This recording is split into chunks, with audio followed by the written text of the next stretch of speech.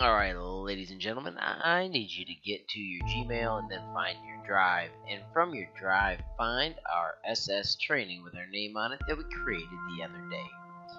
When you've got that file launched, it should look like this, and we are going to now work with it to do some more awesome autofill.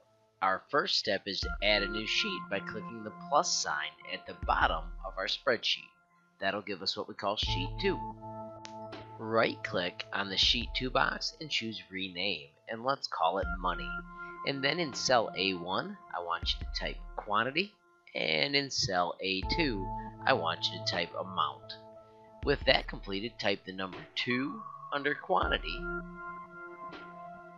and then also type the number 4. Spreadsheets are great for taking care of money and financial things, so that's why we have the quantity and the amount listed here. Today's learning target is for us to be able to understand that autofill again. So watch, I have selected, so I'm grabbing the middle and dragging down to select the two numbers that I wrote. Then I'm looking for that cool little autofill handle, and I'm dragging down to A10. Because the numbers went 2, 4, the system is smart enough to figure out that the next one should be 6, 8, 10, 12, 14, 16, 18. It can fill patterns for us. I'm going to squeeze that down so it's small again. So once again, I'm teaching you how to adjust that. And then for our amounts, I want to have you put 1.25 and 2.5. What's awesome about these is if I select them and I do the autofill, it even does the decimals. It always added the same amount between each one. It increased it by 1.25. Alright, quantities are just numbers, but amounts are talking about money. So I would like you to select all of the amounts. Notice I click in the middle and drag down, and I would like you to change them to what they call currency. Notice now it automatically puts the dollar sign. One of the most common mistakes is people try and use Shift 4 to draw dollar signs.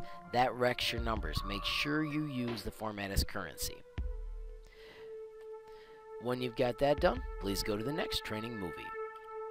Alright, at this point I want you to type total, and then I want to make a formula. Once again, we hit the equals key, and I'm moving the mouse over and I'm clicking on the quantity.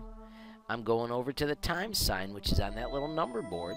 It's above the number 9, and then I'm clicking on the amount that it cost.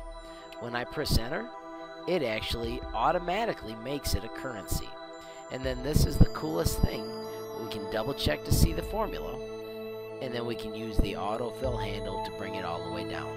And it calculates how much each of those would cost all the way through. I'm going to actually do the currency thing one more time, because I wanted it to actually have the dots. So it knew that it was dollars, but I did not have the currency format yet. Now it shows the dollars and cents. So make sure you do that as well.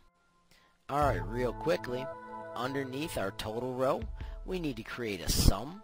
When you click this down arrow, or this tool, it lets you pick the word sum, and it says, hey, where do you want the sum from? You gotta select the numbers that you care about. So we want to know from C2 to C10, and then we press enter on the keyboard, and it calculates that it's $712. We make it look like money. I want it to show up so it's easy to see, so I'm going to make that one red, or red is usually negative, so I'm going to make it blue so that it shows up pretty. I'm going to also real quickly, and I want you to as well, make it centered and make your headings bold. Today we're doing a bit of a competition. I need the first 3 groups that complete this training and have theirs looking just like mine to give me an awesome Chuck Norris thumbs up.